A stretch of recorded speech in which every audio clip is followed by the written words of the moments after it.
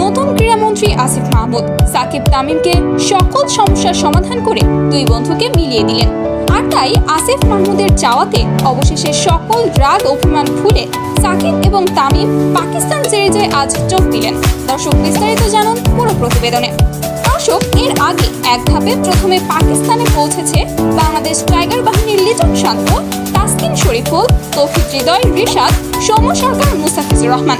তবে Shakib Canada league খেলার জন্য লিটন শান্তদের সঙ্গে প্রথমে যুক্ত হতে পারেনি। আর তাই এই কানাডা লিগ শেষে সাকিব দেশে ফিরতেই ক্রীড়ামন্ত্রী আসিফ মাহমুদ তামিম এবং সাকিবকে নিয়ে একসঙ্গে বৈঠকে বসেন এবং এই বৈঠকে তাদের সকল সমস্যার অবসান ঘটিয়ে আবারও দুই বন্ধুকে মিলিয়ে দিলেন তিনি। আর তাই অবশেষে নতুন ক্রীড়ামন্ত্রী আসিফ মাহমুদের চাওয়াতেই তামিম সাকিব দুই বন্ধু একসঙ্গে পাকিস্তান সিরিজে যোগ দিলেন। তো দর্শক, আপনাদের কি মতামত আসিফ মাহমুদের এমন সিদ্ধান্ত দেখে তা অবশ্যই জানিয়ে দিবেন ভিডিওর কমেন্ট বক্সে।